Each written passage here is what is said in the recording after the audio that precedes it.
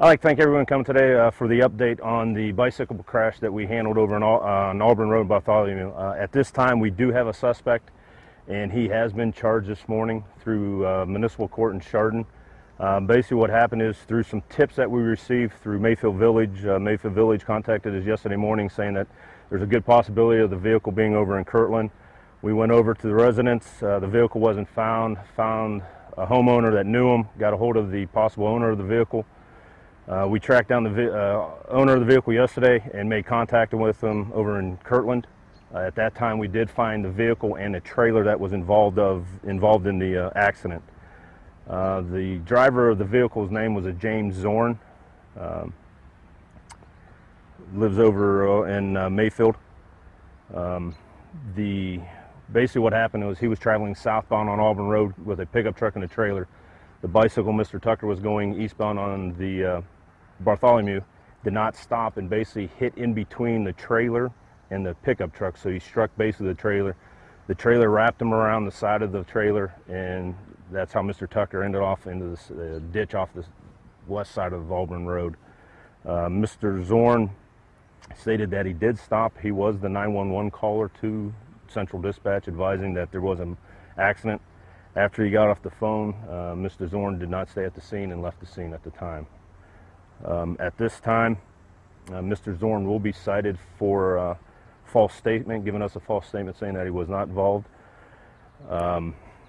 Tampering with evidence. He did try to correct some of the damage done to the trailer prior to us getting there. Driving under suspension, fictitious registration, and hit skip. Mr. Tucker will also be cited for failure to yield from a stop sign during the crash because the stop sign was for Bartholomew. I talked to Mr. Tucker's wife yesterday.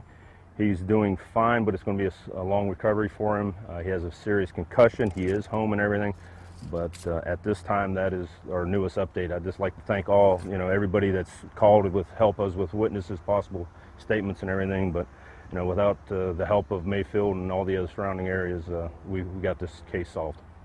He was in the Kirtland area though, but he lives in Mayfield?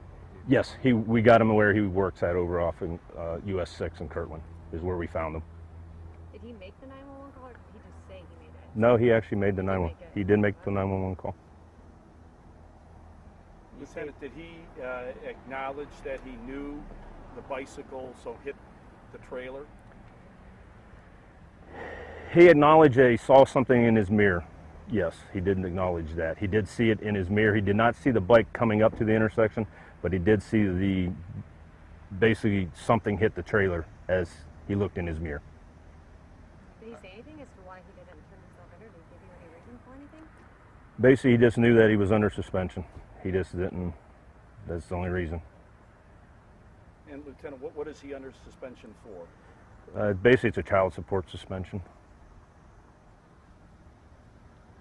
Did he appear in Chardon Court today, or is he going to appear? No, charges were filed today. Basically, a summons will be issued to him, so at the time the court date will be set by the court. Do you know are any of the charges felonies? There was one with the tampering with evidence was a felony. He's in custody? No, sir. He was not in custody due to the fact that yesterday, once we got it, we had to process the trailer, make sure we could find any evidence. So at the time, the way the process works, we didn't have any evidence, so we did not take him in custody just in case we were trying to get the evidence back for court. So once we found out we didn't have any evidence that we needed to send into BCI, he's from the area, we know where he lives, so we didn't think he was a flight risk. So he was notified this morning that what his charges were and everything. Trailer? Yes, sir, it is. Lieutenant, do you have an age? He's 46. Since he made the 911 call, were you guys aware of him instantly, I'm guessing, and checked out his trailer? Wasn't instantly. It was just listening to the 911 call, then taking a statement from him of what he said on the 911 call, and different parts of it of what he gave in his statement just wasn't adding up to us. And so we did some more investigating and found out that he finally admitted to it that he was involved. Does he show any remorse in this? I didn't talk to him yesterday much. The investigators and one of my sergeants did, so I'm not for sure on that. I can't answer on that one. And had he identified himself on the 911 call? Yes, he did.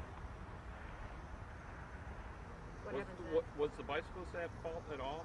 Yes, he is at fault for failing to stop at the stop sign. Right. Yes.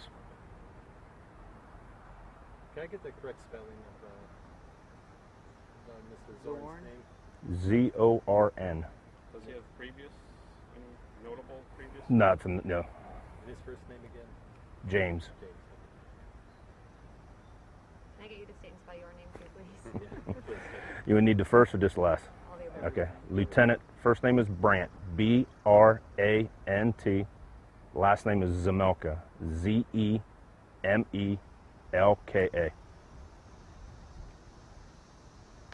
Do you have a picture of the defendant? Suspect. No, I do not have. No, I do not have a picture of the suspect. Make Good. sure that you can show us on Mhm. the truck.